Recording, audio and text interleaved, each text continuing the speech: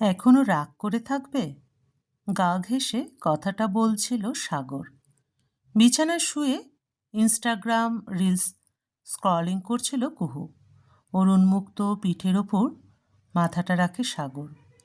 কুহুর সহজে রাগ ওঠে না, কিন্তু একবার রাগ হলে তার জের এক সপ্তাহ কাটে না। এবারে 25শে ডিসেম্বর বৃহস্পতিবার হওয়াতে শুক্রবার বাদ দিয়ে শনি রবি পর পর দুদিন ছুটি, তাই শুক্রবারের ছুটির অ্যাপ্লিকেশন জমা দিয়ে পাক্কা 4 দিনের ছুটির বন্দোবস্ত করে ফেলেছিল কুহু। সাগরকেও বলেছিল ছুটি নিতে। বিয়ে হলো 7 মাসের কাছাকাছি হয়ে গেল, আলসিমি করে হানিমুনটা পর্যন্ত করা হয়ে ওঠেনি। এই বন্ধের ছুতোয় মন্দারমণি বা বকখালি থেকে ঘুরে আসাও যাবে, আর সেই ফাঁকে হানিমুনটাও সারা হবে। এই রকমই ছিল কুহুর প্ল্যান। তা সেই ছুটি নাকি সাগর নিতেই ভুলে গেছে। দুদিন ধরে কানের কাছে ঘ্যান ঘ্যান করে কতবার বলল, তারপর অফিসে যাওয়ার সময় বলে দিল, এমনকি অফিসে পৌঁছবার পর ফোনে মোবাইলে মেসেজ করেও গতকাল সকাল থেকে বারবার মনে করিয়ে দিয়েছিল কুহু। তবুও নাকি সে অ্যাপ্লিকেশন জমা দিতে ভুলেই গেছে। ওদিকে সাগরের দুজন কলিগ বন্ধু ঠিকই ফাঁকতালে ছুটি নিয়ে গতকাল রাতেই বউ বাচ্চা নিয়ে রওনা দিয়ে দিয়েছে বেড়াতে। এখন সাগর আর চাইলেও ছুটি নিতে পারবে না, যেহেতু ওর অফিসেরই দুজন এর মধ্যেই ছুটিতে চলে গেছে। অর্থাৎ সকলেরই সব হলো, কেবল কুহুর বেলাতে কাঁচকলা। রাগ হওয়াই তো স্বাভাবিক, তাই না? সেই রাগেই গতকাল থেকে কথাটি বলেনি কুহু। বেড়াতে যাবে বলে ব্যাগে যেটুকু জিনিসপত্র গুছিয়েছিল সব মেঝে জুড়ে ছড়িয়ে ছুটিয়ে ফেলে দিয়েছে। তারপর টেবিলে খাবার ঢাকা দিয়ে রেখে বিছানায় লেপ চাপা দিয়ে শুয়ে ঘুমের ভান করে পড়ে থেকেছে রাত 1টা পর্যন্ত। সাগর কিছুক্ষণ রাগ ভাঙানোর চেষ্টা করে হাল ছেড়ে দিয়েছে। কুহুর রাগ ভাঙানোর থেকে গঙ্গার এপার ওপার সাঁতরে ফেলা যে সহজসাধ্য, এটা এতদিনে সাগরের দিব্যি বোঝা হয়ে গেছে। চুপচাপ খেয়ে দিয়ে কুহুর পাশটিতে শুয়ে ঘুমিয়ে গেছে সে। ওদিকে বালিশের তুলোগুলো সব ভিজিয়ে জবজবে করে ফেলেছে কুহু। ছুটি তো নেয়নি হনুমানটা, এখন আবার ধূপ করে ঘুমিয়েও গেল। এদিকে ওনার বউ রাগ করে না খেয়ে আছে 3বারের বেশি 4বার সাধল না পর্যন্ত। এত সস্তাভাবে ওকে রাগ ভাঙানোর প্রয়োজনটুকুও নেই। বেশ, কুহু এবার রেগে থাকবে ততদিন পর্যন্ত, যতদিন না সাগর এসে রাগ ভাঙাচ্ছে। কুহু, টাইটা বেঁধে দাও না। জানো তো টাই বাঁধতে পারি না আমি। আজকে ইম্পর্টেন্ট মিটিং আছে। উফ, কেউ টাইটাও বেঁধে দেওয়ার নেই আমার। লাভ হচ্ছে না দেখে সাগর কিছুক্ষণ ঘুরপাক করতে থাকে কুহুর পাশে পাশে। নতুন রাস্তা ধরেছে এবারে কুহু, যেন শুনতেই পায়নি সেভাবে কাজ করে যাচ্ছে কুহু। কাজ ফেলে বেয়াদব লোকটার টাইটাও বাঁধতে ইচ্ছা করছে না ওর এখন।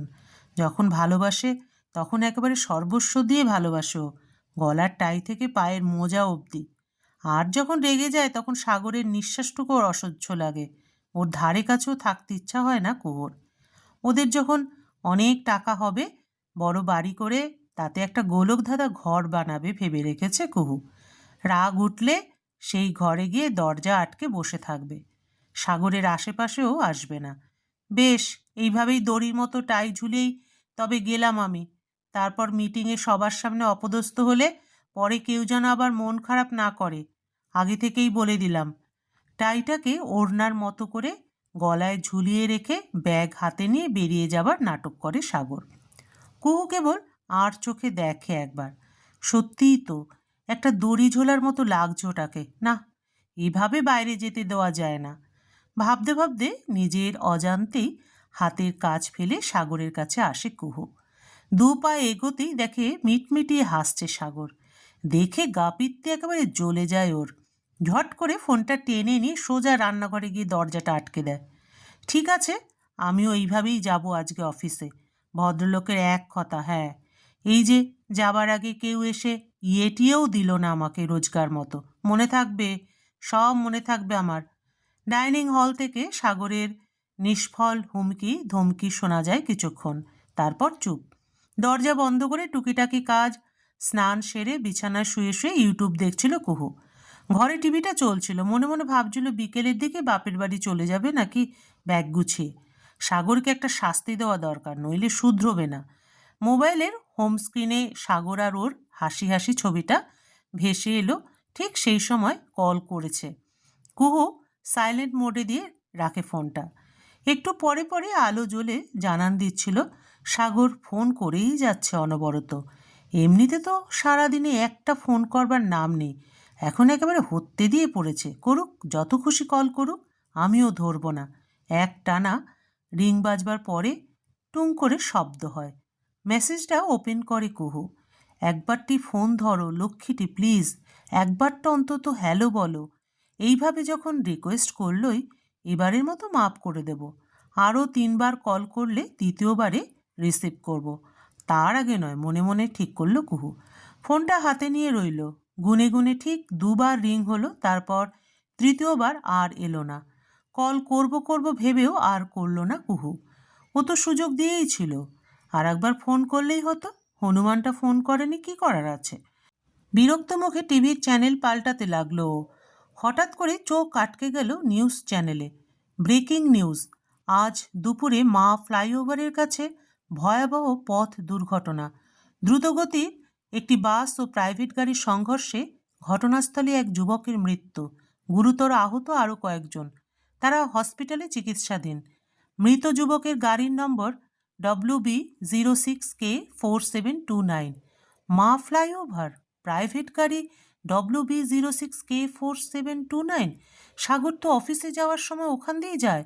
গাড়ির নাম্বারটাও তো। আর কিছু ভাবতে পারল না কুহু। যেভাবে ছিল সেইভাবে ফোন আর পার্স টেনে নিয়ে দৌড়ে বেরিয়ে গেল। ট্যাক্সিতে উঠেই ফোন করলো সাগরকে। ও প্রান্ত থেকে শোনা গেল, আপনি যে নম্বরে ডায়াল করছেন তা এই মুহূর্তে বন্ধ আছে। ট্যাক্সির জানলার কাছে কুহুর কপাল ঠেকানো। চোখের সামনে সব ঝাপসা। বুকের ভেতরটা কেমন করে উঠছে। শ্বাস নিতে কষ্ট হচ্ছে। একবার আর একবার বারবার ডায়াল করে যাচ্ছে সাগরের নম্বর। একই নাম্বার এই মুহূর্তে বন্ধ আছে। মা ফ্লাইওভারের কাছেই ট্যাক্সি থামতে ভিড়। পুলিশে পুলিশে ছয়লাভ। অ্যাম্বুলেন্সের শব্দে কুহুর কান ঝাঁ ঝাঁ করে ওঠে। কাপা পায়ে নেমে পড়ে ও। কাউকে কাউকে জিজ্ঞাসা করছে একটা প্রাইভেট গাড়ি WB06K4729 ওই গাড়ির লোকটাকে কোথায় নিয়েছে। কেউ ঠিক উত্তর দিতে পারছে না। কেউ কেউ বলছে SSKM, কেউ বলছে আরজিকর। হঠাৎ পাশের এক চায়ের দোকানের সামনে দাঁড়িয়ে থাকা এক পুলিশ কনস্টেবল বলে ওঠে, ম্যাডাম, যে প্রাইভেট গাড়ির নাম্বারটা বলছেন ওটা তো ডেড বডির ভ্যানে তোলা হয়েছে। কুহুর মাথার ভেতরটা শূন্য হয়ে যায়। চোখের সামনে ভেসে ওঠে সকালবেলার দৃশ্য। টাই ঝুলিয়ে দাঁড়িয়ে থাকা সাগর, মিটে মিটে হাসি, আর ওর রাগ করে রান্নাঘরের দরজা আটকে রাখা, সাগরের অফিসে যাওয়া, সব সব কিছু মনে পড়ে যাচ্ছে ওর। আমি কেন ফোন ধরলাম না? আর একবার কেন কল করলো না ও? আমি কেন কেন এত জেদ ধরেছিলাম? আর দাঁড়িয়ে থাকতে পারছে না কুহু। ফুটপাতেই বসে পড়ে কুহু। চোখের জল আর আটকে রাখতে পারে না। মানুষজন তাকাচ্ছে ওর দিকে, কেউ কেউ জল দিতে চাইছে, কিন্তু কিছুই যেন স্পর্শ করছে না ওকে। ঠিক তখনই ফোনটা বেজে ওঠে। অচেনা নাম্বার। কাপা আঙুলে ফোন রিসিভ করতে ওপাশ থেকে পরিচিত কণ্ঠ। কুহু! 1 সেকেন্ড বিশ্বাসই করতে পারে না কুহু। সাগর! চেনা গলাটাও চিনতে পারছে না। হ্যাঁ আমি। তুমি কাঁদছো কেন? সকাল থেকে কল করেছিলাম, ফোনটা হঠাৎ সুইচ অফ হয়ে গেল। অফিসে ঢুকেই খবর পেলাম মা ফ্লাইওভারে অ্যাক্সিডেন্ট। গাড়ির নাম্বার শুনে আমারও বুক ধক করে উঠেছিল। গাড়িটা আমি আমার অফিসের এক কলিগকে দিয়েছিলাম ঘণ্টাখানেকের জন্য। দুর্ভাগ্যবশত সেই মানুষটাই আজ।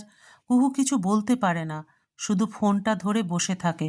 দু চোখ বেয়ে জল পড়ছে, কিন্তু এবার সে কান্নায় অদ্ভুত এক রকমের শান্তি। তুমি কোথায় আছো?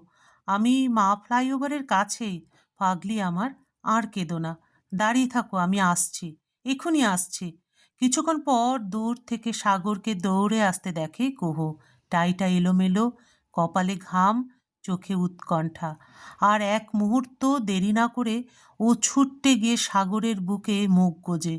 আমি ভেবেছিলাম, আমি ভাবতেই পারছি না। কুহু কথা শেষ করতে পারে না। সাগর ওকে শক্ত করে জড়িয়ে ধরে। আর রাগ করে থেকো না কুহু, একটা ছুটি, ভুলে যাও।